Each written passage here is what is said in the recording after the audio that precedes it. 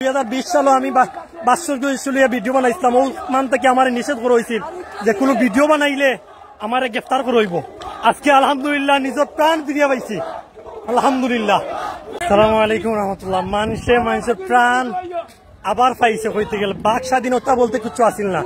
2020 সাল থেকে লইয়া এখন পর্যন্ত জবান বন্ধ আছে আলহামদুলিল্লাহ। আজকে নিজরে বহুত ফাতলা লাগে নিজর আর কি কিতা কইতাম বাসা প্রকাশ করতাম না। 2020 সালে আমি বাৎসরিক ভিডিও বানাইছিলাম ও মান থেকে আমার নিষেধ করা হয়েছিল যে কোনো ভিডিও বানাইলে আমার গ্রেফতার করা হইব। আজকে আলহামদুলিল্লাহ নিজের প্রাণ ফিরিয়া পাইছি আলহামদুলিল্লাহ। মানুষ কতটুকু খুশি তা অনুভব করা